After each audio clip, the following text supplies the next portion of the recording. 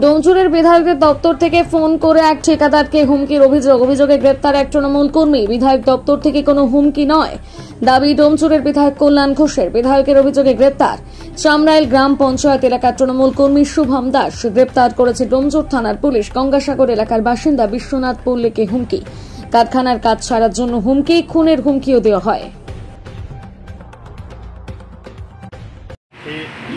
এইখানকার পুরাতন যে ছেলেগুলো ছিল তারাই চম্পাচ্ছি কল্যাণ ঘোষের নাম করে বলছে, আমি কল্যাণ ঘোষের অফিস থেকে বলছি তুমি তাড়াতাড়ি বেরিয়ে সোমবার দিন চলে যাবে।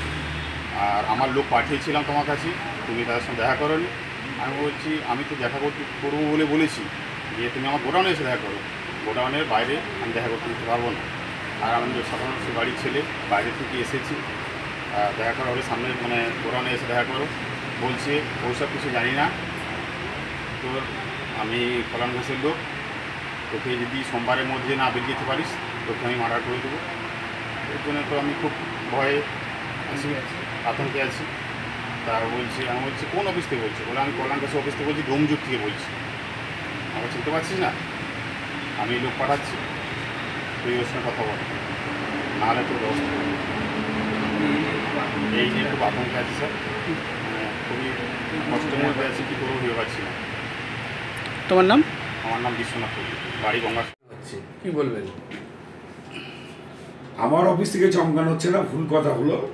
একটা অডিও আমার কাছে এসেছে, সেই অডিওটা আসার সাথে সাথে আমি পুলিশ কমিশনারকে এবং আইসিকে সঙ্গে সঙ্গে আমি কমপ্লেন করি এবং আমার ফেসবুকে আমি ছেড়ে দিই যে এই ধরনের যারা যে দুষ্কৃতি করবে তাকে সঙ্গে সঙ্গে আমার অফিসে যোগাযোগ করুন কিংবা প্রশাসনের সঙ্গে যোগাযোগ করে ব্যবস্থা নিন। এবং পুলিশকে আমি পরিষ্কার বলেছি যে 2021 সাল থেকে আমার কেন্দ্রে কিন্তু এই ধরনের কোনো কার্যকলাপ হয়নি। আমি বিশ্বাস করি যে 26 সালের নির্বাচন আসছে, বিভিন্নভাবে চক্রান্ত করে তৃণমূল কংগ্রেসকে কালিমালিপ্ত করে আগামী দিন যাতে এই এলাকায় একটা কোনো থাবা ফেলানো যায় তার ব্যবস্থা করছি। এবং এর ব্যাপারে আমি পুলিশকে একদম বলে দিয়েছি কঠোর থেকে কঠোরতম ব্যবস্থা নেবে। এটা কারা করতে ব্যবস্থা নেবে, কোনো অসুবিধে নেই। আমার কাছে যাকে চমকেছে তিনিও আসেননি, আর যে চমকেছে তিনিও আসেননি।